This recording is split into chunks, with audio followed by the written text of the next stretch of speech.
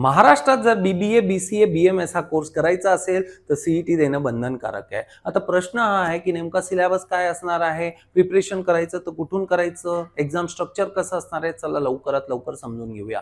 मित्रांनो, 4 विषय इथे मेजर असतात.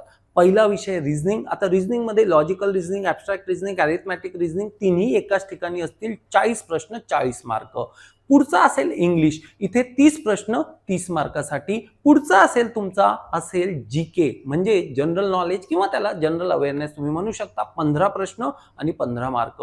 पुढचा आणि फायनल असेल कॉम्प्युटर अवेअरनेस. 15 प्रश्न आणि 15 मार्क म्हणजे 40 + 30 + 15 15 मित्रांनो 100 प्रश्न 90 मिनिटं. 1.5 तासाची परीक्षा असेल. कुठली निगेटिव्ह मार्किंग इथे नसते मित्रांनो. त्याचमुळे कॉम्पिटिशन वाढते. ह्या वर्षी तर असं झालं की स्टुडंट जास्त आणि सीट कमी. तर लक्षात ठेवा 12वीच्या मार्क्सला वेटेज नाहीये. फोकस तुमचा सीईटीवर असला पाहिजे. आता प्रश्न हा आहे रेफरन्स मटेरियल कुठून मिळणार. तर मित्रांनो, NSG अकॅडमीने खास करून आपल्यासाठी स्पेशल बुक्स डिझाईन केलेले आहेत डेडिकेटेड फॉर दिस सीईटी.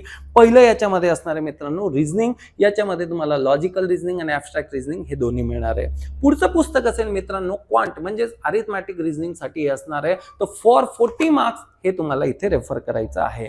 पुढचं असेल इंग्लिशसाठी. हे तुम्हाला 30 मार्क्ससाठी रेफर करायचं आहे. नेक्स्ट असेल कॉम्प्युटर अवेअरनेस. 15 मार्कासाठी रेफर करायचं आहे. पुढचं असणार आहे मित्रांनो तुमचं general knowledge, general awareness with current affair. तर मित्रांनो 5 पुस्तकं NSG अकॅडमी तुमच्यासाठी इथे अवेलेबल करून दिलेली आहे आणि ऑनलाईन ऑफलाईन मोडमध्ये सुद्धा प्रिपरेशन सुरू आहे. तर लक्षात ठेवा, जर तुम्हाला टॉप कॉलेज हवं असेल BBA, BCA किंवा BMS साठी तर लगेचच CETच्या अभ्यासाला लागा. Thank you very much.